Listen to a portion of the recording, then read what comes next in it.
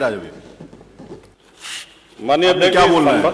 संभल के विषय में ही चर्चा नहीं है, मैं हम अपना चर्चा नहीं है राजा भैया, मैंने कोई चर्चा स्वीकार नहीं कर रहे हैं माननीय कि चर्चा कराई जाए या ना कराई जाए। ऐसे तथ्य जो ना आए हो कुछ बताना चाहते जी 5 मिनट, 5 मिनट नहीं 2 मिनट, कुछ तथ्य जो इस सदन में रखे गए, इसके बाद आपको उनको भी सूचना दी है। तो श्रीमान वो आपत्तिजनक है, कुछ बिंदु मैंने भी नोटिस है। इस सदन की कार्रवाई लाइव देखी जाती है, रिकॉर्ड रहता है। माननीय नवाब साहब हमारे बहुत अच्छे मित्र हैं, साथ में मंत्रिमंडल में भी रहे। पहली बात तो यह स्पष्ट हो जानी चाहिए कि जो सर्वे हो रहा है वो न्यायालय के आदेश पे हुआ है, और जितने लोग बोले हैं इन्होंने पत्थरबाजी का कोई जिक्र, कोई चर्चा नहीं की। अब हम एक चीज तो ये भी जानना चाहेंगे कि क्या पत्थरबाजी करने से न्यायालय का आदेश बदल जाता है? अगर न्यायालय ने किसी सर्वे का आदेश दिया तो उस आदेश को पलटने के लिए क्या तरीका है? उससे बड़ी अदालत में जाए कि सड़क पे खड़े होकर के पत्थर प्रशासन के ऊपर और पुलिस के ऊपर चला जाए। आज तक कभी प्रशासन का निर्णय, न्यायालय का निर्णय इससे बदला हो तो? दूसरा श्रीमान, पुलिस और प्रशासन के लोग जो घायल हुए हैं उनके प्रति किसी ने कोई पीड़ा, कोई चिंता व्यक्त नहीं करी।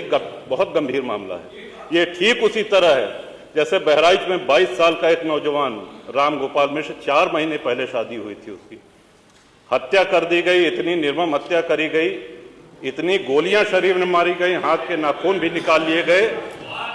अपराध क्या था कि उसने अपने धर्म का एक झंडा लगा दिया। श्रीमान, इसी चर्चा में एक बड़ा रोचक तथ्य सामने आया।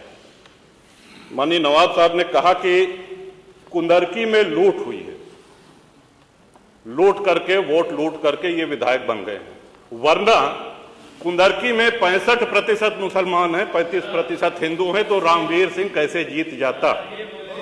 ये कार्रवाई में है हमारा।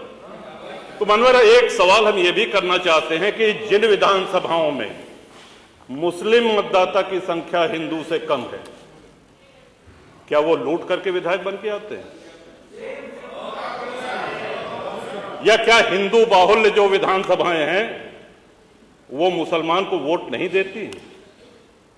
इस हिसाब से तो यही लगता है कि सबसे बड़ा आश्चर्य धरती का यही हो गया कि जब 65% मुस्लिम है तो हिंदू कैसे जीत गया? आज पहला दिन है इन लोगों का सदन में। हमने अनुरोध किया था जो नए सदस्य जीत के आए हैं कम से कम परिचय करा दें, हम लोग भी पहचान लें। हमारा कोई परिचय नहीं है रामवीर जी से, लेकिन वो निर्वाचित सदस्य हो चुके हैं, सदन के सम्मानित सदस्य हैं, उनका इस तरह से अपमान करना, उनको लुटेरा कहना, ये तो आपत्तिजनक है। और सर्वे हम बोल ले तो आप बोले।